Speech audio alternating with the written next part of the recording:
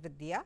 वहीं दरभंगा के उर्दू अनुवादक जसीमुद्दीन ने बताया कि इन लोगों को विभिन्न अंचलों और समाहरणालय में पदस्थापित किया जाएगा।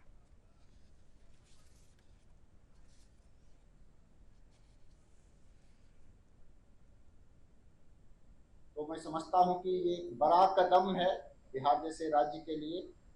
एक तो नियुक्ति की बात, युवाओं की रोजगार की बात, और उसमें भी खास तौर से दरभंगा जिले में उर्दू जुबान के जानकार इतने लोग अब कार्यालयों में उपलब्ध होंगे, लोगों को सहूलियतें होगी। में 715 नायब उर्दू मुतरजमीन की तकर्री की गई है, जिसमें दरभंगा जिला को 34 नायब उर्दू मुतरजमीन दिए गए हैं, जिनकी तकर्री का लेटर जिला मजिस्ट्रेट के हाथों से तस्लीम किया जा चुका है।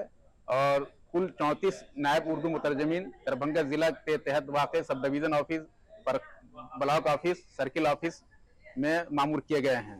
बिहार सरकार द्वारा और डीएम सर के द्वारा आज हम लोगों को नियुक्ति पत्र वितरण किया गया है, मिला है। बहुत दिनों के बाद बड़ी कोशिश थी, बहुत तमन्ना थी कि हम लोग को जल्द से नियुक्ति पत्र मिल जाए। आज वो दिन आ गया। आज सर के हाथों से हम लोग को नियुक्ति पत्र मिला है। बिहार विद्या